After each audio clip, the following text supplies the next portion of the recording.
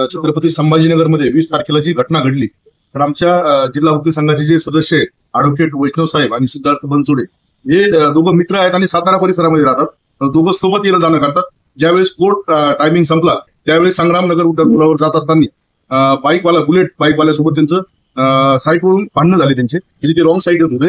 आणि ज्यावेळेस त्यांनी कॉल केला आणि तिथं जे PSI ताटे साहेब आले, तर त्यांनी त्यांना ते बाईक स्वरला जाऊन दिलं आणि यांना पोलीस स्टेशनला घेऊन गेले.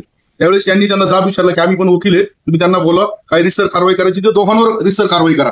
पण त्यांनी त्यांचं ऐकलं नाही, यांना विनाकारण तिथं बसवलं आणि कोणत्या तरी गुन्ह्यामध्ये यांना अडकवायचं म्हणून यांचं मेडिकल एक्झामिनेशन केलं, ज्याच्यामध्ये 3 वेळेस एक्झामिनेशन करूनही काहीच निष्पन्न न झालं तरी गुन्हा रजिस्टर केला. वास्तविक पाहता जी प्रेस नोट दिली, प्रेस नोट कोण देतं की पोलीस स्टेशनहून प्रेस नोट जाते, जी प्रेस नोट दिली त्याच्या कंटेंट्स मध्ये असे हे दोघं मित्र असताना या दोघांनी येऊन भांडणं केले पब्लिक प्लेसवर. पण वास्तविक पाहता FIR मध्ये कधी बघितलं तर FIR मध्ये त्यांनीच पोलिसांनी लिहिलेलं स्टेटमेंट मध्ये की बाईक स्वारासोबत भांडणं झाले आणि बाईक स्वारला आम्ही यांना सोबत घेऊन जात असताना बुलेटवाला जो बाईक स्वार हा पळून गेला आणि त्या बाईक स्वाराचा नंबर पण आहे FIR मध्ये आणि त्याच्यावर कोणतीही कारवाई नाही करता फक्त यांच्यावरच वकील लोकांवर कारवाई केली.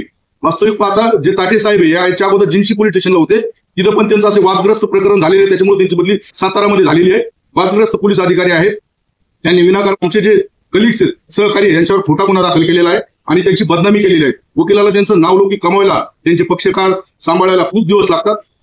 यांच्या कलिगचे जवळपास 15 ते 20 वर्षाची प्रॅक्टिस आहे. यांची समाजामध्ये बदनामी केली, तसेच त्यांच्या परिसराच्या लोकांना फोन करून तिथं बोलवलं आणि वैष्णव साहेबांच्या सांगितलं की तुमच्या मिसेसला पण बोलावा तिथं. म्हणजे ही एक बदनामी करायचं एक षडयंत्र असल्यासारखं होतं. फक्त कुठेतरी खोट्या केसेस दाखवायच्या आणि इथं तरी भुतवायचं आणि आम्हालाच कायदा माहिती आहे अशा प्रकारे पोलिसाचा आविर्भाव असतो. त्यामुळे त्यांनी वकिलांवर ही कारवाई केलेली. आम्ही याचा जिल्हा वकील संघातर्फे जाहीर निषेध व्यक्त करतो आणि आम्ही CP साहेबाला पण निवेदन देतोय आणि आज आम्ही जाहीर निषेध करतो. याच्यावर 5 ते 6 दिवसामध्ये कारवाई झाली तर ठीक आहे, नाही तर आम्ही जाहीर आंदोलन करू, मोर्चे काढू आणि आम्हाला योग्य न्याय कायद्याने मिळेल. आम्ही कायदेशीर मार्गाने न्यायालयात पण आम्ही दाद मागणार आहोत.